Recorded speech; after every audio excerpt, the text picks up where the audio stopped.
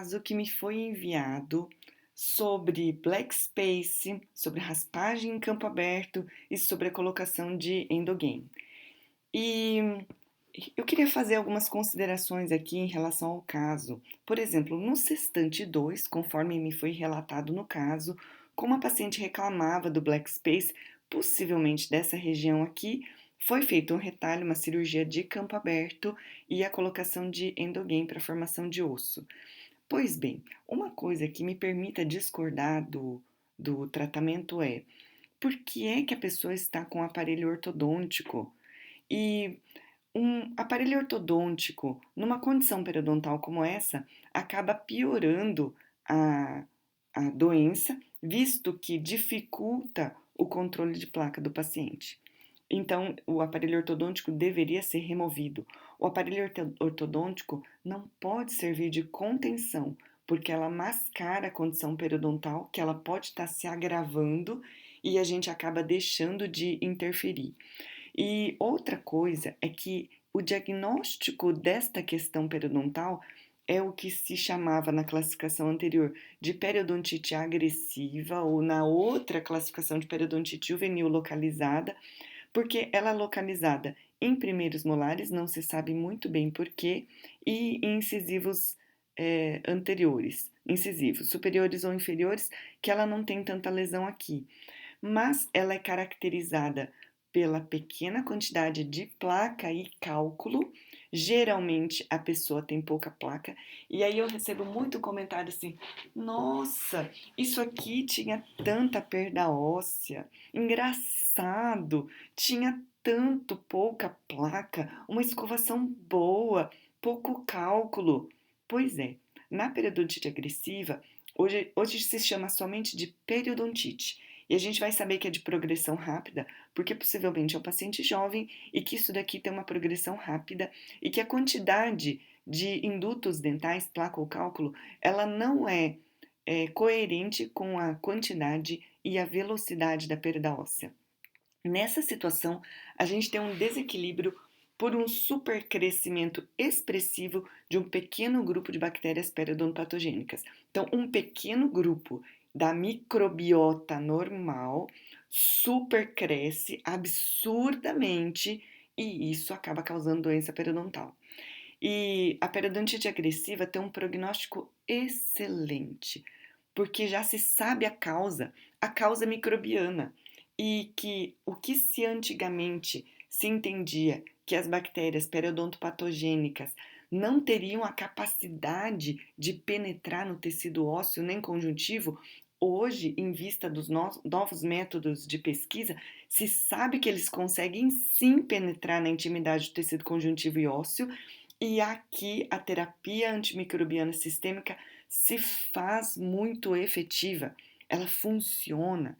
E junto com isso, a terapia antimicrobiana local, como o uso de antissépticos locais, como a clorexidina por 15 dias, também traz resultados muito interessantes. Então, para começo de conversa, por que o aparelho ortodôntico? Para que o aparelho ortodôntico está aqui? Por que esse aparelho ortodôntico não teria sido removido para facilitar o controle de placa do paciente? Por que ele está aqui? Ou, se ele chegou à intervenção de um profissional, por que ele não foi removido? Tá, outro ponto a gente começar a considerar. Será que foi feito um periograma? Porque numa situação de doença periodontal avançada, se a gente não faz um periograma, a gente deixa de sentir esse cálculo subgengival. Olha só que nessa imagem radiográfica a gente consegue enxergar até onde está o tecido mole e a gente vai saber que tem cálculo subgengival. E se for periodontite agressiva, que eu estou pensando que seja mesmo, ela tem pouca placa e pouco cálculo, mas tem bastante cálculo subgengival. E como eu digo, se isso está visível radiograficamente, é porque esta lesão está muito grande. E o maior equívoco é começar a fazer um tratamento supragengival e largar cálculo subgengival. E o outro grande equívoco é não conseguir ter controle sobre o desenvolvimento ou a evolução deste tratamento sem a comparação de um periograma anterior e um posterior. Então, aqui possivelmente teria uma bolsa periodontal muito profunda. Aqui a gente identificaria o cálculo subgengival através da sondagem. Aqui, possivelmente, pela radiolucidez, a gente pode suspeitar que esta lesão periodontal ela já envolveu o ápice do dente. Aqui, todo o premolar superior, que tem duas raízes, uma por vestibular e outra por palatina, a gente já chegou em região de bifurcação. Sim, premolares superiores têm furca, que é aquela região do oitavadinho que a gente tem uma concavidade radicular. Isso aqui, entre aspas, é escorregador de bactéria, de placa e cálculo. Isso aqui já tem uma perda óssea grande e muito difícil de controlar. E aqui a gente também tem essa região de pré-molar. Em vista da incidência do exame radiográfico, a gente não consegue saber se está na região de furca ou não, se tem. Não é isso que a gente vai ver no exame radiográfico. Mas ambos os pré-molares superiores, eles estão com perda óssea possivelmente na região de bifurcação. Outra pergunta que a gente vai se fazer é que será que nessa radiolucidez de região de furca inferior nós já temos envolvimento de furca? Então veja bem, através de uma sondagem a gente vai perceber uma bolsa periodontal bem profunda por mesial. Nem sempre a radiolucidez indica a bolsa. Às vezes nós temos perda óssea, mas nós ainda temos o selamento epitelial. Então depende. Perda óssea por perda óssea pode ser só uma radiolucidez sem bolsa. Aí o prognóstico é bem melhor, porque a gente consegue higienizar. E a outra coisa que a gente tem que observar é que esse aspecto de perda óssea inclinada se chama perda óssea angular, onde a gente tem um ângulo, onde a gente tem uma inclinação. E nessa inclinação, a gente vai entender que possivelmente, porque são dois significados, ou a gente tem uma perda óssea avançada ou a gente tem trauma oclusal. Veja bem, se nós temos um incisivo lateral inferior com um incisivo lateral superior, isso me faz pensar que um está batendo no outro. Me sugere que esse incisivo inferior tem um desgaste aqui em meia-lua, o que também me faz pensar que tem alguma coisa errada na função protrusiva. E o fato desses dentes estarem esplintados por conta do aparelho ortodôntico me mascara a condição de trauma oclusal. Mascara, porque sem aparelho ortodôntico, isso daqui teria uma mobilidade aumentada. A mobilidade vai dizer alguma coisa está errada. Ou tem perda óssea ou tem trauma oclusal. A perda óssea ela vai acontecer de uma forma difusa, como a gente está vendo aqui, por doença periodontal. E quando a gente vê de uma forma bem delimitada e clara, nós temos uma perda óssea originada possivelmente por trauma, então possivelmente em algum movimento mandibular ou de lateralidade está batendo, não deveria bater, na outra lateralidade também, ou quando faz protrusiva, ele não bate igual em todos, ou pior, pode ter ainda uma parafunção. E nessa situação onde a gente tem esse tipo de perda óssea, possivelmente não é ocasionada por parafunção, tá? Porque se fosse com parafunção, doença periodontal com parafunção, já não tinha nenhum dente aqui, tá? Isso aqui estaria muito mais grave. Outra situação que é um agravante e a gente tem que trazer como alerta aos pacientes é a ausência de um dente adjacente. Esse paciente perdeu precocemente o primeiro molar inferior, não tem antagonista, os dentes começam a receber forças não axiais e pelas forças não axiais ele começa a ter uma tendência de processo inflamatório. Processo inflamatório este oriundo de um trauma oclusal, de uma força oclusal não fisiológica. E isso inflama, e isso acrescido com a inflamação que vem da infecção da quantidade de bactérias periodontal, piora a condição de perda óssea. Perda óssea aqui, onde tem força que incide não axialmente, perda óssea aqui, perda óssea aqui. Isso aqui é o colapso odontológico, por conta de uma série de coisas que começaram a acontecer. Olha só, antes da gente pensar em extrair o dente, a gente tem que orientar. Tudo bem, a gente não sabe a situação que aconteceu a extração, esses dentes podem ter cariado quando o indivíduo era muito jovem ou não tivesse condições, tudo isso acontece, mas em algum momento da vida a gente tem que orientar ao paciente antes de que isso vire perda óssea, que você tem ausência de um dente adjacente. Você poderia usar uma prótese parcial removível se não tem condições de colocar implante, sim, nesse espaço, porque sem uma prótese parcial removível, a gente está impedindo a migração patológica desses molares. E olha só, que é uma coisa tão pequena, tão banal, puxa vida, vou virar usuário de uma prótese parcial removível só porque eu tenho um espacinho aqui de 5 milímetros, 3, 2 milímetros entre um dente e outro? Sim, porque isso pode estar indicando forças axiais não fisiológicas e isso sim vai piorar alguma qualquer outra condição que já exista. De, por exemplo, um tratamento de uma periodontite agressiva. E, enfim, só me permita discordar da opção de terapia cirúrgica. Eu falo aqui no período diário que eu não sou fã de terapia periodontal cirúrgica e quem puder assistir os intensivos periodiária, eu explico de uma forma fundamentada o porquê dentro da literatura científica e que numa situação dessas, usar o endogain ele vai ajudar a formar tecido ósseo, mas não é uma coisa milagrosa que vai impedir o black space, mas não é uma coisa que a gente vai colocar para fazer crescer osso, visto que nós temos uma condição muito mais grave.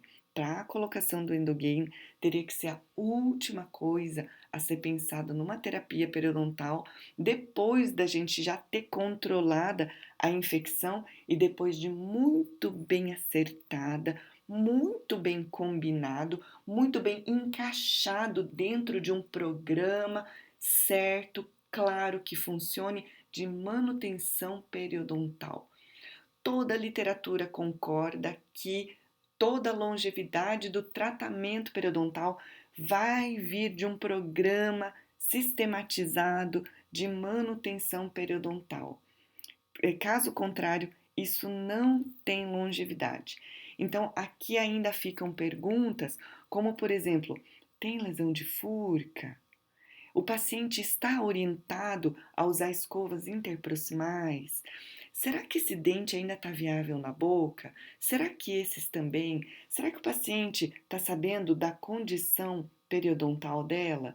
Então, para dizer que, antes de encerrar, quero dizer que às vezes se um implantodontista bater o olho, vai falar e dizer assim, isso aqui não tem solução, nós vamos tirar tudo e vamos fazer um protocolo bimaxilar. Antes da gente pensar num protocolo bimaxilar, eu queria sugerir o seguinte, que a gente refletisse de que a literatura científica também é clara de que a doença periodontal ela é fator de risco para a doença peri-implantar e que com manutenção periodontal a gente consegue manter esses dentes em longo prazo na boca. Aí tem alguma coisa aqui também, né? Claro, quem é da endo já vai conseguir enxergar. Olha aqui também, alguma rarefação periapical. Isso pode virar uma lesão endopério, aqui também se comunicar. A minha pergunta aqui se isso já não é uma lesão endopério por origem periodontal, né? E a outra coisa que a gente tem que parar e pensar assim, e vamos olhar para a pessoa, para o paciente que tem esses dentes. Essa pessoa que chegou com todos os dentes na boca vai ficar feliz com o diagnóstico de algo. Você vai tirar todos os dentes, você vai usar uma dentadura fixa por implantes. Outra coisa que a gente tem que parar e pensar assim, como assim? Eu estou indo para o dentista e você está me dizendo que todos esses meus dentes estão sendo perdidos? Então, a situação é muito mais séria e a gente vai pensar no paciente. E a outra coisa que a gente tem que pensar é: será que o paciente tem condições de ter um protocolo bimaxilar? Outra coisa, será que o paciente tem condições de receber um protocolo bimaxilar e fazer manutenção periimplantar?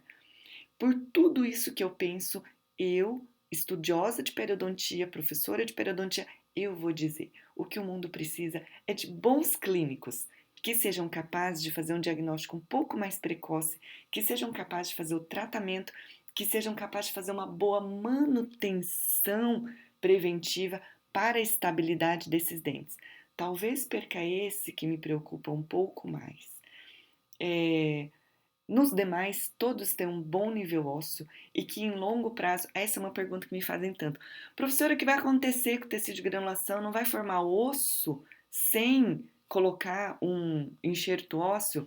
Vai formar osso sim, porque uma vez que a gente tenha removido o agente causador, a gente tem uma capacidade de homeostasia do tecido, dos tecidos, onde a gente tem a possibilidade de migração de tecido ósseo. E mais, o epitélio juncional tem a capacidade de se aderir novamente, desde que esse caso seja cuidado, desde que esse caso seja mantido, e uma vez que ele tenha uma capacidade de adesão e consiga se aderir numa superfície radicular biocompatível, a gente vai conseguir longevidade neste caso. Se vai conseguir mais 1 milímetro de osso, menos 1 milímetro de osso, a gente não sabe se isso aqui vai trazer, se isso vai trazer mais 1 milímetro de osso ou menos 1 milímetro de osso, não é isso que vai fazer a diferença na vida do indivíduo. Mas o que vai fazer a vida do indivíduo é conseguir ter função estética, função mastigatória e, mais importante, não ter halitose, não ter bolsa periodontal, não ter doença periodontal. O nosso caminho é orientar com muita clareza para que o paciente esteja consciente. E outra coisa, o paciente não tem capacidade de absorver tudo isso que a gente fala de uma vez só. A gente precisa repetir. Como todo processo educativo, é uma repetição que a gente tem que fazer com o paciente. E uma vez que a gente tenha conseguido introduzir esses conceitos de saúde e esperança, porque isso daqui, muito bem mantido por um dentista periodiário que sabe fazer uma manutenção periodontal bem feita, de longo prazo, isso aqui tem longevidade sim. Eu sou a professora Cristina Miura, idealizadora do Periodiária, que vem valorizar a periodontia, que vem trazer luzes de informação sobre a periodontia. Eu estou recebendo dúvidas, recebo casos. Se vocês quiserem me mandar casos, dentro de todo possível eu estarei encaminhando, mas por favor, me manda por e-mail, porque no e-mail ele tem uma resolução melhor. Mas de qualquer forma, está discutido o caso, que a gente consiga refletir se ainda assim você gostaria de fazer um acréscimo, uma contribuição na casuística ou alguma dúvida que ainda tenha ficado. Por favor, escreve aqui que assim que possível eu te respondo. Por enquanto, muito obrigada pela audiência. Assina aqui o canal para você ser notificado, informa, dá um joinha no vídeo, ajuda a divulgar esse conhecimento, esse conteúdo de tamanha relevância para toda a odontologia. Então, pela atenção, muito obrigada.